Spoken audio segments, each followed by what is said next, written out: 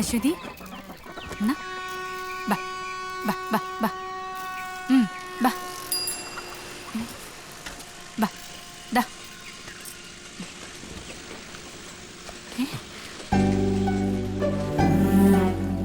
അടി കൂടിയോ?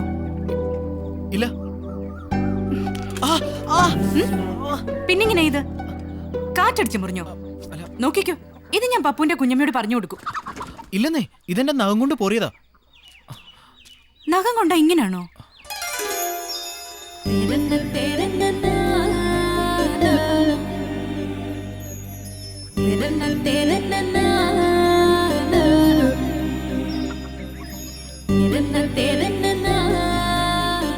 നേര് പറ പപ്പു, എന്താ ഉണ്ടായേ?